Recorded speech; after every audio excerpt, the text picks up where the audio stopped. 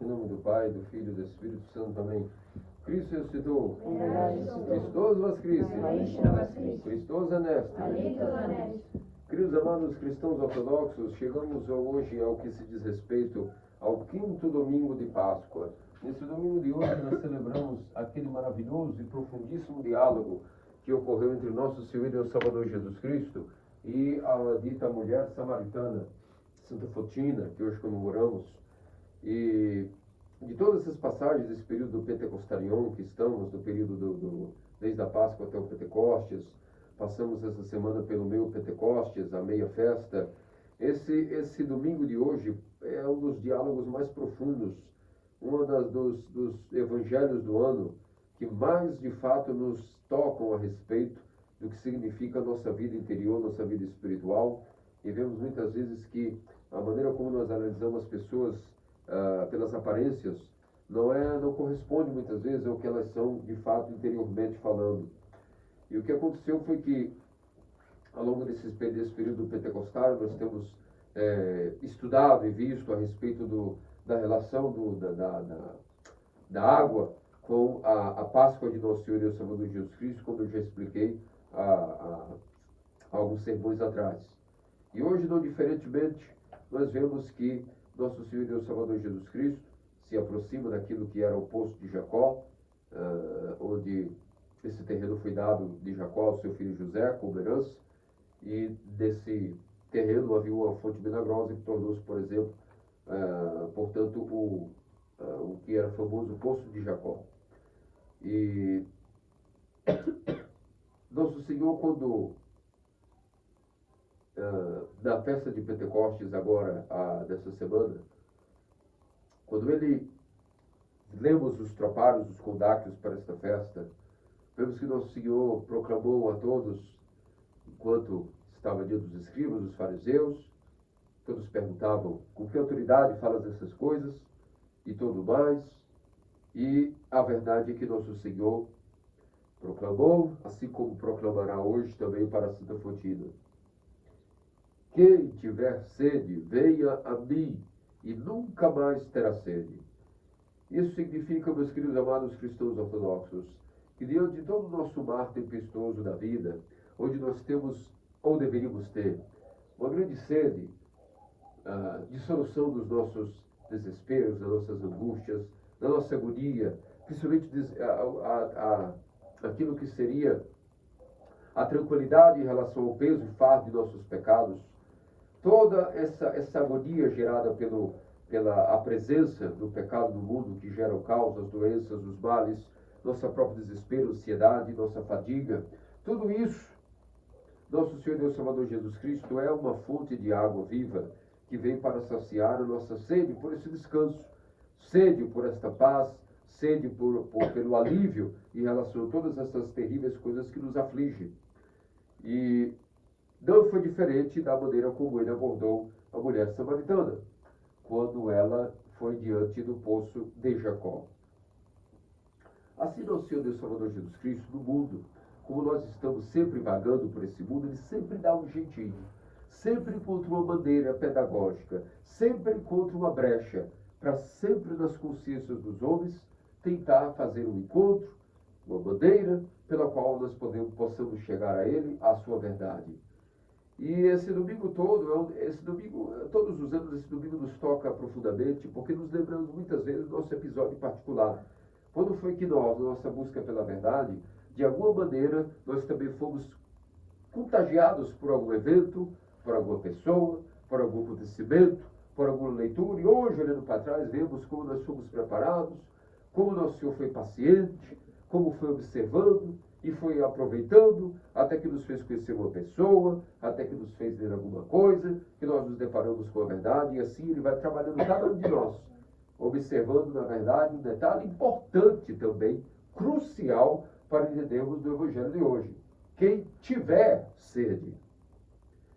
Porque para aquele que está sedento, para aquele que está a grande quantidade de horas, ou até dias sem água, uma só gotícula de água para ele é tudo. É o paraíso da terra. Ele venderia tudo o que pudesse por aquela pequena gotinha de água. Mas quando uma pessoa já está saciada, quando está hidratada, a água para ela é diferente, é uma coisa que não tem muita importância. Ver água, ver líquidos e a umidade como um todo não faz muita diferença. Mas quando nós estamos trabalhando no sol escaldante, quando estamos há muito tempo sem água, até o vapor da brisa suave, o vapor de água que está no ar, até isso para nós é um consolo. Apenas o fato de olhar talvez uma fonte de água corrente que não possamos beber também nos dá consolo. Imagine poder provar de uma só gota de água. Assim significa também a nossa vida espiritual. Para aqueles que têm sede, de fato, de descanso dos seus pecados, de alívio de suas paixões, do arrefecer daquilo que é o peso que o pecado causa na nossa vida, realmente a sede por Deus existirá.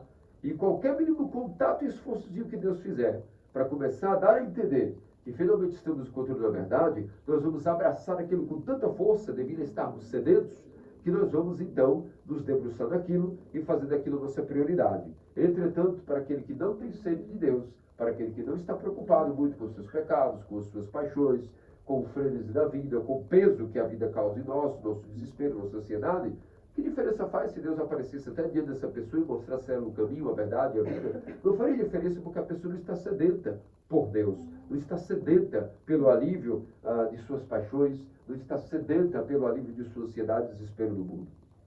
Então, a primeira coisa crucial que nós temos que entender é: quem tiver sede, venha a mim e não terá mais sede.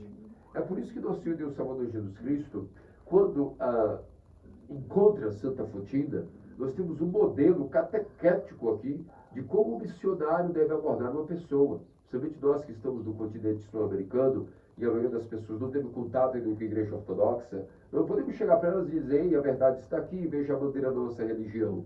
Não, isso não vai funcionar com ninguém. Ali está todo um modelo de como o missionário aborda uma pessoa devagarinho, a partir da sua realidade, do seu contexto, e vai trabalhando-a, pouco a pouco elevando sua mente espiritualmente para discernimento de coisas elevadas. Porque veja que Santa Fotina primeiro perguntou: ok, mas onde é que você vai tirar água? Onde é que vai ter essa fonte? Você diz que quem bebe da sua fonte, você tem em algum lugar, não sei onde é, não terá mais sede? Não sei. A verdade é que nem balde você tem, esse poço é profundo, não estou entendendo. E ele então eleva mais um pouco ainda o entendimento dela, o raciocínio dela para algo mais elevado. É que, na verdade, quem beber dessa fonte aí ainda vai ter sede. Mas da água que eu estou falando, quem beber não terá mais sede. Então ela rapidamente vem assim e eleva-se um degrauzinho a mais de discernimento e de elevação espiritual e começa a questionar-se: bem, se é assim, então vamos falar talvez sobre outro parâmetro. Acaso és maior que o nosso próprio pai Jacó, que nos deixou essa fonte? Então aqui, gradativamente, ela começou a elevar um pouco o seu raciocínio, a sua capacidade de reflexão espiritual. E depois disso, ele começa novamente, levando mais um pouco a mente dela, a mostrar e como ler o seu coração. Observar, na verdade, qual era o seu problema, qual era o seu pecado, qual era a sua situação enferma, a qual, na verdade, ela tinha. E talvez ninguém soubesse, ou ela achava que ninguém sabia. E então Nosso Senhor começa a revelar a ela o seu presente, o seu passado, o seu futuro, mostrando a ela, por exemplo, que estava diante de um profeta. A princípio era isso que ela conseguiu capturar. Da mesma maneira, nossos santos padres nos explicam que esse evangelho de hoje, e a própria Santa Fotina, a mulher samaritana, que vale lembrar, Nosso Senhor foi direto a uma samaritana, primeiro mulher. Os judeus não tratavam com mulher nesse diálogo. Na cultura judaica era uma coisa, era um sinal de quase uma blasfêmia, que o homem dirigisse o diálogo tão aberto assim, logo com a mulher. E depois, pelo fato de também ser uma samaritana, ou seja, alguém exilado duplamente da convivência da sociedade. Primeiro, pelo fato de ser uma samaritana, ou seja, os judeus não se davam com os samaritanos, pelo fato de que os samaritanos acreditavam em alguns tipos de heresias, mesclavam o culto judaico com um pouco de culto pagão, estavam influenciados, isso se explica desde a origem de quando Israel ficou exilado da Babilônia, e depois houve contato com algumas crenças pagãs, e então quando voltam para a região da Terra Santa, aqueles que ficaram pela Samaria ficaram um pouco maculados, com alguns erros, por exemplo, a fixação em adorar a Deus apenas do Monte Somoron, e enquanto que os israelitas diziam que o correto era adorar em Jerusalém, e entre outras coisas com costumes um pouco pagãos. Por isso que os samaritanos eram, se você quisesse de fato, como vimos do Evangelho do bom samaritano, o samaritano era uma figura desprezível da classificação do que diz respeito à qualidade de ser humano para os judeus. No entanto, é justamente para ela que Nosso Senhor veio. Por que veio a ela? Por que veio essa pessoa desprezível? Por que veio essa pessoa exilada, sendo ele judeu? Porque exatamente ela tinha uma coisa que nós vamos entender, que havia uma qualidade especial no mundo interior de Santa Futina, o qual, óbvio que Nosso Senhor não iria medir esforços de se encontrar com ela em algum momento. Alguma oportunidade ele ia usar para encontrar-se com ela e havia chegado esse momento. Isso é uma simbologia e uma leitura do Evangelho, não no sentido apenas literal, mas temos que começar a entender o Evangelho através das 4 leituras que nós entendemos no Santo Evangelho da maneira ortodoxa de lê-lo. Nós entendemos os personagens de maneira literal, nós vemos depois os símbolos e as metáforas anexas a essa leitura, e depois nós temos que nos perguntar a terceiro nível de leitura. O que essa leitura nos é aplicável aqui e agora nesta realidade? E o quarto nível de leitura é o que isso será útil para a vida que há de vir. Essa é a maneira como nós lemos o Evangelho, e por isso toda a leitura do Evangelho, segundo o cristão ortodoxo, é completamente mais profunda, distinta, muito mais elaborada do que o Evangelho heterodoxo. Ainda que possa soar estranho dizer que há 2 Evangelhos, não só existe um só Evangelho, pregado por nosso Senhor e Salvador Jesus Cristo. Mas o dissecar dele, à maneira ortodoxa, ele não foi pregado ainda a toda criatura. Se assim fosse, Cristo já teria voltado. Como nos explica São João de Xangai, se o Evangelho ortodoxo, ou seja, segundo a leitura ortodoxa, tivesse sido pregado a toda criatura, não existiria mais mundo. Qual o sentido de continuar esse mundo caído, se todos tivessem conhecido já a verdade?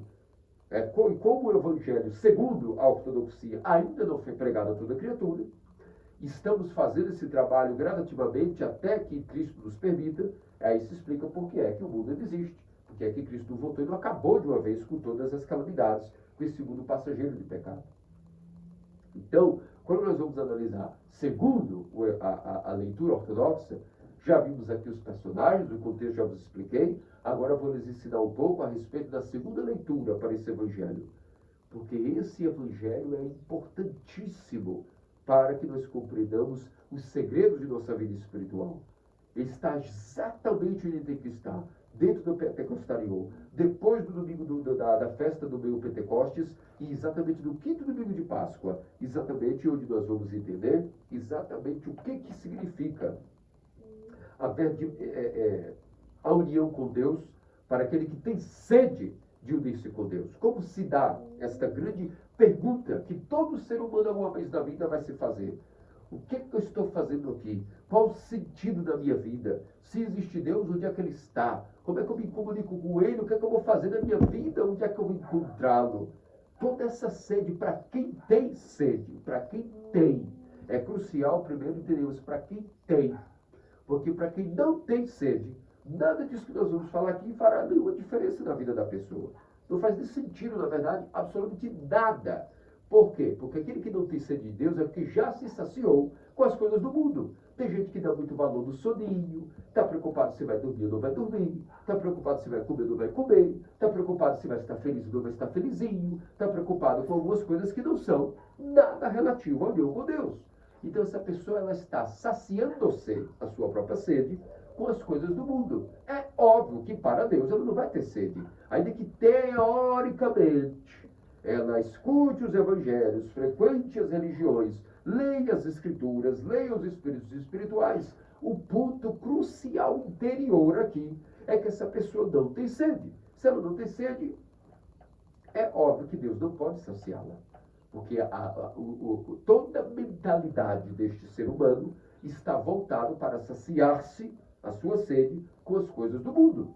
Seja diversão, entretenimento, a felicidade aqui e agora, se vão comer, se vão dormir, se estou cansado, aí minhas dores. Uma pessoa que tem esse tipo de mentalidade, é óbvio que ela não tem sede de Deus. A sede, enquanto ser humano, porque todos nós temos um vazio a ser preenchido. uma sede pela nossa existência que nós procuramos e não encontramos nunca, até que duas coisas. Ou nós nos saciamos com o mundo e vamos nos colocando num torpor, numa falsa dialética com nós mesmos, que eu estou bem, que eu realizei isso, aquilo, e nunca está. Porque a única coisa que realmente descedenta a nossa alma, como vimos na quarta-feira agora do meu Pentecostes, é a própria fonte de água de vida eterna. Quem bebe desta água nunca mais terá sede, como nosso Senhor Jesus Cristo foi elevando o pensamento de Santa Fotina. Então, para aqueles que têm sede, nosso Senhor sempre vai buscá-los. E vai mostrar para eles exatamente onde é que eles vão saciar essa sede. Foi assim também nossos primeiros pais no paraíso. E é por isso que Santa Fotina aqui, simbólica e metaforicamente, foi colocada como a segunda Eva. Essa é a primeira coisa que nós temos como começar a entender quando vamos mergulhar na leitura patrística deste Evangelho. Se diz que ao meio-dia, nosso Senhor, obviamente, sentiu sede, porque meio-dia, em geral, é uma época de calor. Imaginemos no Oriente Médio, ele vinha caminhando com os seus discípulos, e então os seus discípulos geralmente foram preparar o almoço, não havia, mostra que o despojamento deles não andavam com reservas, eram pessoas despojadas, como se fosse o primeiro sinodia, o primeiro sinódio, o abade e seus monges, todos despojados, não tinham nem reservas, ao ponto de quando pelo meio-dia, os discípulos tiveram que comprar alimento.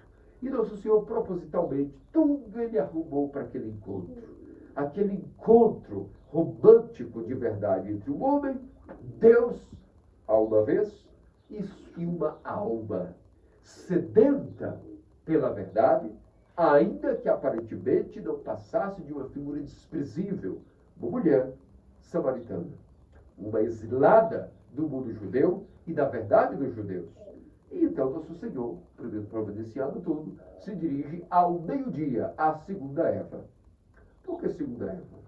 Nossos santos pais do paraíso, foi exatamente à sexta hora, ou seja, ao meio-dia, sexta hora significa o meio-dia, hora sexta, que eles pegaram, na desobediência, o fruto da árvore da vida. E quando fizeram isso, o que aconteceu foi que despencaram do paraíso e se espatifaram do que nós chamamos o mundo tal como hoje existe. Justamente ao meio-dia, foram tentados pela serpente. Deliciosas, foram enganados e caíram. Obviamente, quem fez responsável por isso tudo, o primeiro ser humano que caiu desse engodo, foi justamente a nossa primeira mãe, Eva. Agora, a segunda Eva, também ao meio-dia, se encontra novamente numa situação semelhante.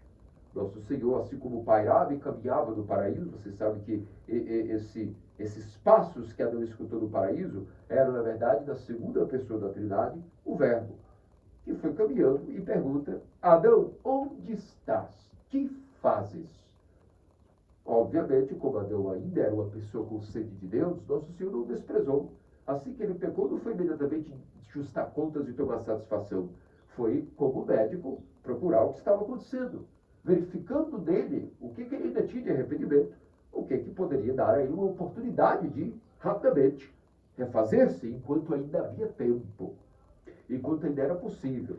Mas o que aconteceu foi que tanto ele quanto Eva, em vez de se arrependerem, se justificaram, se auto-justificaram, um acusou o outro, um colocou a culpa do outro, depois colocaram a culpa do demônio, nada de arrependimento, adeus, caíram do paraíso. Desta mesma maneira, Nosso Senhor vem devagarinho e se dirige a uma mulher pecadora, ao meio-dia, e aborda ela, começa a trabalhá-la e depois diz claramente: traz então teu marido que eu te explico mais um pouco. Agora que eu desabrochei as faíscas de tua sede por coisas mais elevadas, então eu te digo sim, onde vou te dar essa água que você começou a deslumbrar-se com o que te expliquei. Mas antes traz teu marido. E aí você volta aqui. Senhor, aqui não tenho marido. Sim, bem dissestes. Tiveste 5 maridos.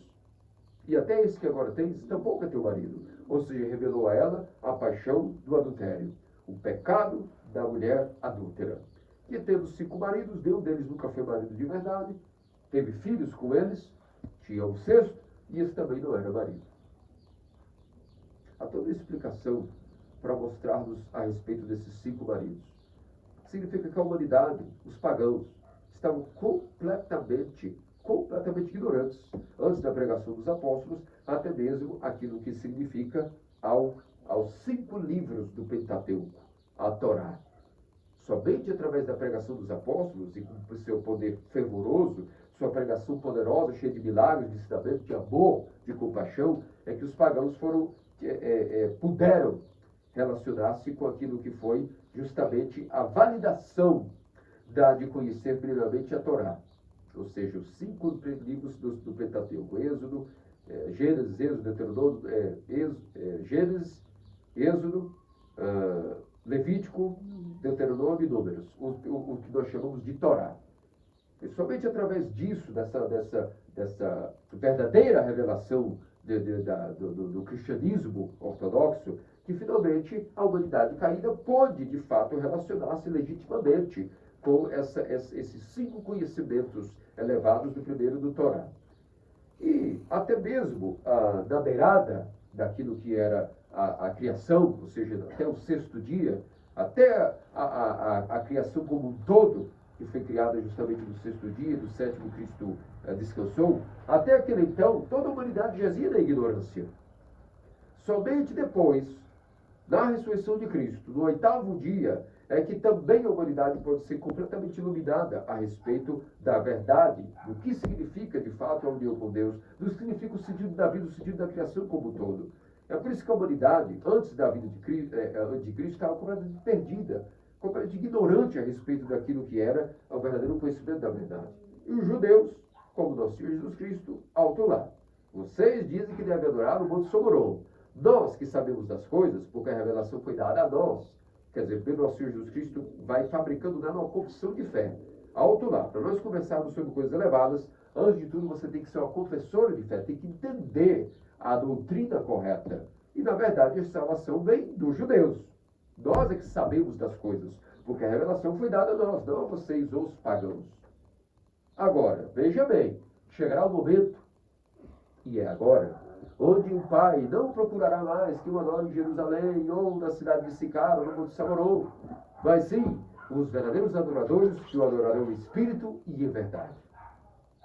E naquela situação, toda a alma de Santa Fotina, a segunda Eva, começa a fazer algo muito contrário do que a primeira Eva fez. É por isso que ali simboliza-se a quando nosso Senhor começou efetivamente a curar a humanidade, dando a Santa Fotina um tal apostolado primaz, que antes mesmo da pregação dos apóstolos, lá depois da ressurreição e da ascensão e do Pentecostes, Santa Fotina, sendo a primeira entre os apóstolos missionários, foi direto para Samaria, adiantar previamente uma pregação poderosíssima, ao contrário do que ocorreu com a primeira mãe Eva, quando ela é abordada no seu pecado. Adão, Eva, onde estás? Traz teu marido. Tu não tens marido? Já tens que tens, não é teu marido. Acaso ela, quando teve o seu segredo revelado, começou a debater esses chiliques? Começou a se retirar, dizendo: alguém me descobriu aqui, deixou me retirar? De maneira alguma. Humildemente, ela reconheceu aquilo ali como uma oportunidade de cura. Viu que estava diante de um profeta que sabia agora o presente, o passado, o futuro dela, e só disse: eu vejo que esse profeta. Imediatamente ela reconheceu, tendo o seu pecado revelado, ela não foi justificar-se, ela aproveitou a oportunidade imediatamente, sem pestanejar. Assim que ela viu que estava diante de um profeta, veja como o mundo interior dela se revela quem ela de fato era. Como as aparências enganam muitas vezes. Ainda que jazendo no pecado, ou talvez exatamente devido ao pecado, ao peso de carregar anos a paixão do adultério, quando viu a oportunidade de seus pecados revelados, tão sedenta devia estar de um alívio, devido aos anos do fardo do pecado em suas costas, que ela aproveita aquela situação que é única, não sabe quando mais veria esse profeta, e pergunta algo teológico. Não foi se justificar, não estava nem aí para o seu pecado, ela só aproveitou aquele momento rápido e disse: aproveitando a situação, deixa eu lhe perguntar. Sim, é verdade, não passo de uma mulher pecadora, nenhum deles é meu marido, isso também não é, mas deixa eu lhe perguntar. Alguns dizem que nós devemos adorar em Samaria, no Monte Somoron, outros em Jerusalém. O que você deve dizer sobre isso? Porque também virá o Cristo uma hora e nos explicará tudo. E nosso Senhor Jesus Cristo disse para ela imediatamente: vamos resolver de uma vez por todas isso. Sou eu que falo contigo. Imediatamente, a mulher que buscava apenas uma explicação teológica profunda se viu diante do próprio Messias. Devido justamente a ela ter sede pela verdade, como foi revelado no seu mundo interior, que assim que seu pecado foi revelado, a primeira coisa foi fazer uma pergunta elevada teologicamente. Nosso Senhor Jesus Cristo aqui se explica bem. Por que é que ele foi direto a essa mulher? Por que ele providenciou esse encontro, todo esse cenário, para que estivessem a sós e os discípulos longe comprando alimento, para que ele pudesse apresentar a Santa Fotina? E naquele momento ele começa a ensiná-la. Bem, sim, sou eu que falo contigo, eu vou te dizer uma coisa. Então, agora respondendo finalmente a sua pergunta, como a vida inteira você procurou essa resposta. Chegará um momento onde o Pai não buscará quem o adore de maneira circunscrita. Porque a primeira coisa, vamos entender o que significa adorar a Deus em espírito. Deus é espírito e quer ser adorado, portanto, em espírito e em verdade. E agora nós vamos começar a terceiro nível de leitura desse Evangelho, segundo a leitura ortodoxa. Todos os capítulos do Evangelho podem ser lidos assim. Mas hoje vamos nos concentrar nesse Evangelho da mulher samaritana, o qual todos os anos, de fato, é um dos evangelhos mais preferidos pelos cristãos ortodoxos em relação à vida interior. Vejo que até na publicação do jornal era extensa. Tive que dividir em 3 partes, tão longa a explicação do Beato Teofilato sobre esses detalhes patrísticos. E, obviamente, aqui nós vamos tentar resumir de uma maneira aproveitável e sintetizada, para que as pessoas possam também ter uma oportunidade de ter algum acesso vocal a essa pregação. Ainda que eu recomendo que, na verdade, leiam as 3 postagens, parte 1, parte 2, são até 4 postagens sobre as explicações do Evangelho, segundo o Beato Teofilato de Uchide, para o Evangelho da mulher samaritana. E então, primeiramente, nós temos que entender o que é adorar a Deus em espírito. Deus é espírito, ou seja, ele não está circunscrito a um corpo nem a um local. E é por isso que chegou o momento onde não mais ele gostaria de ser adorado pelas sombras da lei, pelas sombras de um modelo de adoração fabricado e artificial, que era a religião judaica. Não mais através de sombra de ritos e rituais, de modelos.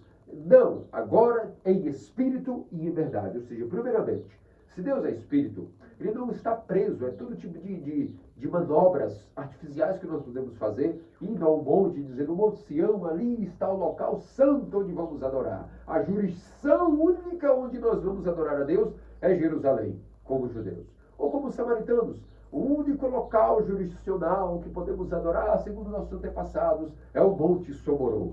Nada disso. Nosso Senhor vem explicar que, na verdade, sendo Deus Espírito, ele não está circunscrito a nenhuma jurisdição.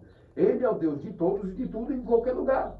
Qualquer lugar onde uma pessoa se santifique, onde ela ore de coração e concentrada, ali está o seu Santo dos Santos.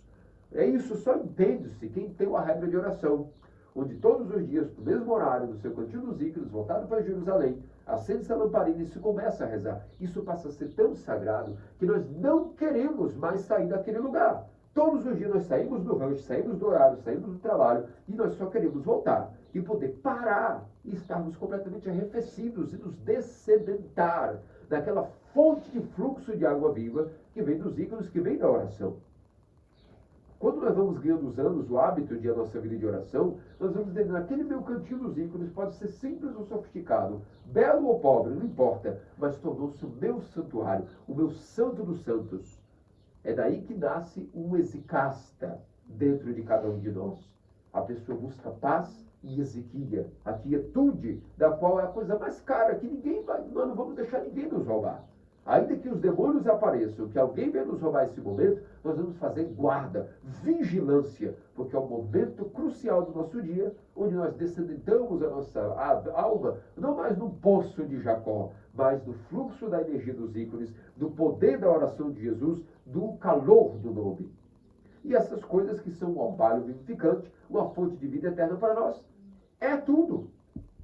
Assim também Santa Fotina, quando foi ser explicado sobre isso, foi a primeira a receber esse conhecimento elevado, a ela, uma mulher, e sendo samaritana, porque aparentemente desprezível em termos de doutrina, em termos de dignidade, uma adúltera, interiormente era uma pessoa que tinha sede sede pela verdade. E Nosso Senhor lhe deu o conhecimento da verdade.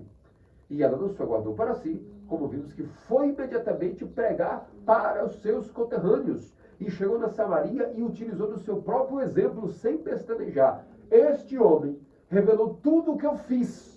Se vocês quiserem, eu até digo para vocês o que é que eu fiz e que ele me revelou. Sim, fui adúltera, tive 5 maridos, ele é meu marido, o de agora também não é. Ele me revelou tudo isso, mas isso não interessa, porque ele me deu um conhecimento o qual não se encontra em nenhum local. É um conhecimento que nós estávamos aguardando, o Messias iria vir nos explicar, mas ele já está entre nós. Eis aí o Cristo, Filho do Deus vivo, Jesus de Nazaré, está no meio de nós. Eu conheci, ele me convenceu e creio que vocês também devem conhecê-lo.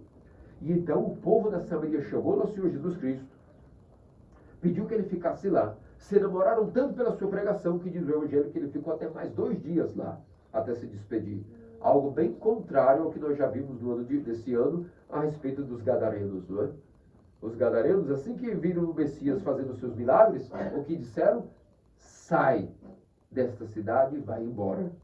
E bem ao contrário dos gadarenos, que eram de natureza judia, eram judeus de religião, e expulsaram o próprio Deus de sua cidade, agora os samaritanos, gentios, ao modo de dizer, pediram ao Senhor que ficasse até mais 2 dias, explicando as boas novas daquilo que seria as maravilhas do reino dos céus, como adorar a Deus em espírito e em verdade.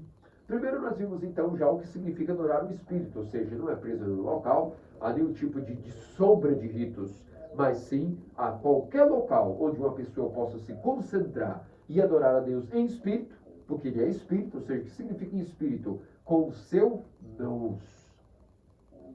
Primeiramente com a sua mente, com a sua concentração, mas mais ainda depois com o seu nous, ou seja, com o seu coração, com todo o seu poder interior, o qual, primeiramente, começamos adorando o espírito, ou seja, com o intelecto, com a concentração. Isso é que Deus procura em qualquer lugar, seja na Mesopotâmia, seja na Terra Santa, seja na América Latina, seja na África, em espírito. Qualquer local uma pessoa pode se santificar, porque Deus não é circunscrito, não está preso a jurisdições. Ele está apenas querendo ser adorado em espírito. Ou seja, cada um de nós, com concentração e mais elevado ainda, com o tempo, com o nosso próprio nous, que purificado pela oração mental e concentrada, uma hora também passa a adorar a Deus plenamente, aí dizemos, em espírito. Ou seja, para além da nossa razão, para além de qualquer contemplação, ao nível do que nós chamamos de teoria, com TH. Ou seja, a iluminação do homem, ardendo e não sendo consumido, como a sarça de outrora, todo ele orando em espírito, como muitos santos eram vistos até brilhando. Todo o Novo Testamento foi iluminado e emoldurado e decorado com santos ascetas e até homens até de campo, casados, mas humildes e simples de coração, homens do interior, como vemos na biografia dos santos. Quantos camponeses eram casados, tinham filhos, mas eram tão puros na vida, longe dos centros, longe da civilização, que eram tão puros de coração que quando ardiam na oração chamada oração de compulsão, erguiam seus braços e todos viam no ambiente que eles se transformavam num ser humano que era todo fogo, todo luz, se transfiguravam, ardiam como a Arsênio do deserto, que todo dia quando o pôr do sol baixava, ele erguia os seus braços, e enquanto o sol não voltasse novamente à aurora, ele não baixava os seus braços. E todos os seus discípulos viam que todos os dias, quando ele erguia os braços, virava uma tocha humana de fogo. E depois, quando baixava os seus braços, voltava a sua aparência normal. Então vemos, meus amados cristãos ortodoxos, que existe agora um novo tipo de pregação poderosíssima do que é adorar a Deus em espírito. Porém, agora vejamos o que é adorar a Deus em verdade. E lembremos, nós estamos aqui no 3º nível de aplicação da leitura do Evangelho, para o que agora nós podemos aplicar nesta vida aqui. O que significa aplicar nesta vida aqui? O que nós vamos captando da leitura literal, das metáforas, e dos símbolos do Evangelho, e agora as aplicações para a nossa vida aqui e agora. Em relação a como adorar a Deus em verdade, significa uma só palavra, adorar a Deus agora segundo a ortodoxia nos ensina. Nossos ritos não são mais ritos antigos, obsoletos, que eram baseados em apenas metodologias artificiais, de sacrifício de animais, ou seja, toda essa sombra artificial do culto judaico passou. Também os cultos vazios dos pagãos, que tinham seus rituais, suas crenças folclóricas e supersticiosas, Tudo isso não é adorar a Deus em verdade. Tanto o culto judeu, ou seja, a sombra e modelo da lei, como tipos e protótipos de ritos, assim como também os crenças e ritos pagãos, são todos modelos que são fictícios, são artificiais. O verdadeiro culto dos mistérios que a igreja celebra, com a sua performance litúrgica, com os seus ritos, com o seu sacerdócio, não mais levítico, mas o seu sacerdócio agora real e santo, segundo a ordem de Melquisedeque, o sumo sacerdócio da ordem de Cristo, segundo o sacerdócio apostólico, ele é elevado, ele tem sentido. Nada que nós falamos aqui agora são movimentos artificiais. As vestes, as posições, os movimentos, os cantos antifonais, exatamente como os anjos rezam no céu, e antífonas, um coro se abre e adora, o outro se recolhe, o outro abre, e esses cantos antifonais, tudo isso é replicado na Igreja Ortodoxa através de seus ritos. Santo Inácio de Antioquia teve suas revelações, Basílio, Gregório, Crisóstomo, até o dia de hoje tudo é mantido tal como foi, como é e sempre será. O alfa e o ômega, e por isso nós somos o rito ortodoxo, que não muda. Mantém assim como é no céu, é na terra. E essa experiência é adorar a Deus em verdade. Tendo visto justamente como é adorar a Deus em espírito e verdade, é que nós podemos aplicar isso também à nossa vida. Como é a nossa vida espiritual? Como ela tem sido? Até que ponto nós temos, de fato, entendido essas coisas na nossa vida e entendido de que, se queremos, de fato, ter uma união com Deus, antes de qualquer coisa, temos de nos perguntar se há sede por Deus. Se não houver sede, essa é uma coisa óbvia e paradoxal. Sem sede por Deus, não tem como Deus vir e saciar a nossa própria sede por Ele. Por isso, meus amados cristãos ortodoxos, nós vimos que quando nosso Senhor e Deus Salvador Jesus Cristo tem esse contato com Santa Faustina, inicia-se aí uma cura, ou seja, uma cura reversa de tudo que nossos primeiros pais realizaram de queda do paraíso. Agora nosso Senhor Jesus Cristo vai curando devagarinho, aos poucos, como se fosse uma cura reversa. Primeiro abordando de novo uma mulher. Não mais a primeira Eva, a segunda Eva, Santa Faustina. No meio-dia, dando ela agora uma abordagem de seus pecados, e já não mais justificação, mas arrependimento. A prova de que ela que estava buscando arrependimento, alguma oportunidade de ser capturada por algum milagre que desse ela o arrependimento, é que ela imediatamente foi abordada, não se justificou, mas fez perguntar uma dúvida espiritual e elevada. Aí se mostra que, na verdade, ela estava buscando arrependimento. E não mediu esforços para dar testemunho do seu próprio pecado revelado. E isso também é um sinal de arrependimento. Quando nós, de fato, nos arrependemos dos nossos pecados, nós não temos nem vergonha de dizer ele publicamente se for necessário. Porque isso foi um verdadeiro e crucial arrependimento. Por isso, meus amados cristãos ortodoxos, adorar também em verdade, por a sua palavra, principalmente na época do ecumenismo que nós vivemos, é necessário entender que em verdade significa também verdadeira confissão de fé. Não adianta uma pessoa dizer que vai adorar a Deus em espírito, ou seja, não é suficiente nem só uma coisa, nem outra.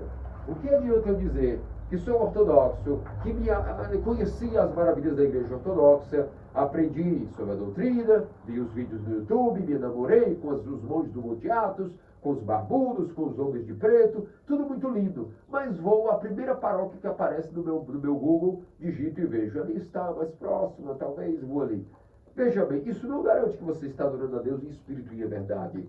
Talvez você até se esforce e o adore em espírito, concentrado no seu quarto, nas suas orações, nos seus ícones, mas em verdade significa também dentro da verdadeira confissão de fé. Ou seja, a confissão de fé verdadeira. Dentro do Mapabund existe uma circunscrição, não em relação a Deus em espírito, mas o seu corpo místico, esse sim é circunscrito e tem limites. Agora nós estamos falando de Deus enquanto espírito. Deus enquanto igreja, ele é um corpo místico e ele tem limites. Você pode estar fora, você pode estar dentro. E que determina isso é o que nós chamamos de eclesiologia. É a capacidade de um homem entender e estudar quem são os sucessores legítimos dos apóstolos em cada geração. Onde estão? E onde está o bispo, está toda a igreja católica, toda a igreja universal. Onde está um bispo falso, não há nada aí, não há nada. Nós chamamos aí uma sinagoga de Satanás. Então, se você adora Deus apenas em espírito, mas despreza adorá-lo em verdade, dentro de uma confissão de fé verdadeira, você não está sendo aquele adorador no qual o Pai procura, como foi dito no Evangelho. Mas se também você está na verdade e não se esforça para desenvolver a sua vida interior, ainda que esteja dentro do corpo de Cristo, a sua parte, a sua sinergia, aquilo que diz respeito à simbiose entre a sua vontade e a vontade do seu Deus, ou seja, adorar em espírito, também não existirá. Então, como se fosse uma pessoa que frequenta todo um hospital cheio das maravilhas, dos remédios, do médico, da terapia, mas ela não faz a parte dela. Ela continuará doente e por muito tempo. Por isso, as duas coisas se complementam, em espírito e em verdade. Essa é a maneira de nós entendermos como aplicar esta quarto nível de leitura agora do Evangelho. Primeiro, a literal. Segundo, a metafórica, a simbólica. Depois, como aplicá-los nesta vida. E agora, no que diz respeito a como aplicá-lo para a vida futura. Se nós queremos, nesta vida, estar unidos com Deus, temos que adorar o Espírito e a verdade. E adorando Ele em Espírito e verdade nesta vida, desenvolvendo nossa vida espiritual aqui, nós poderemos, dentro de uma jurisdição verdadeira, continuando ano após ano a nossa purificação de nossa mente, de nosso coração, o nosso jejum, os sacramentos, a comunhão, ativando as energias do nosso batismo, conseguiremos ter em nós o que vai acontecer? O dom que foi dado no batismo jorrará em nós como fonte de água para a vida eterna, como foi dito. Aquele que beber da água que eu lhe der, se conhecesses o dom da água que eu tenho para dar, beberias e nunca mais teria sede. Esse dom é o dom do batismo. E após o batismo, todos os fluxos de energia criada que nos são dados através de todos os mistérios, o cálice da Eucaristia, como vemos sedentos após semana, para comungar do Santo Cálice, com temor de Deus, fé e amor, aproximai-vos, como proclama o sacerdote, e vamos ali descedentar a nossa sede, tristes, amargurados da semana de pecados, mas felizes, porque confessamos nossos pensamentos, nos aliviamos, nosso pecado foi revelado. Não porque alguém nos disse, nós podemos confessá-lo a quem quisermos, na hora que quisermos, tudo agora é fácil. Basta que nós tenhamos sede. Agora, se nós não temos sede, não adianta. Ainda que Deus plantasse uma paróquia em cada esquina do Brasil, para quem não tem sede não adiantaria nada, não é? Ao contrário, quem tem sede vai longe, viaja, se desdobra, porque como um camelo está sedento no deserto, ele viaja quilômetros até ele conseguir uma fonte de água viva cristalina. Assim a alma humana peregrina desta vida. Ele vai aonde tem a pia batismal, e ali ele sabe que tem o Jordão, e ele se batisma sobre o bispo verdadeiro, sobre o sacerdote verdadeiro, depois ele se levanta e começa a trabalhar para o reino dos céus dele, e trabalhando nele, ele também torna-se sal e luz para outras pessoas. Assim como o fonte iluminou a Samaria, também nós, como cristãos ortodoxos, nesta vida passageira, vamos ganhando a nossa deificação e vamos iluminando também o mundo, para que todos eles digam, agora venha, traga esse Cristo para nós, para que ele fique com nós mais 2 dias, nos explique tudo, nos revele tudo, nos mostre de fato aquilo que você conheceu. Como adorar o Espírito e verdade? É esse o papel de cada cristão ortodoxo nessa vida, principalmente no século XXI, onde a importância do papel de cada cristão ortodoxo, cada formiguinha que entende tudo isso, quanta responsabilidade ela tem para poder guardar essa tradição, guardar esse fervor, guardar essa capacidade de ensinar as pessoas como adorar a Deus em espírito e em verdade, como fabricar verdadeiros adoradores. E tendo nós mesmos adquirido em nós essa fonte de vida que jorra para a vida eterna, saciando a nossa sede de Deus, estimulando e ativando as energias criadas do batismo através do modo de vida cético, também nós faremos com que as nações que ainda não chegaram ao conhecimento da verdade possam entender como se adorar a Deus em espírito e também na verdade da Igreja Ortodoxa. Que disso, nosso Senhor Deus Salvador Jesus Cristo, faça-nos dignos pelas orações do Supuríssimo Bem até o tal que seja Virgem Maria e todos os santos. Amém. Christos vos Christi. Cristo ressuscitou. Christos anesti.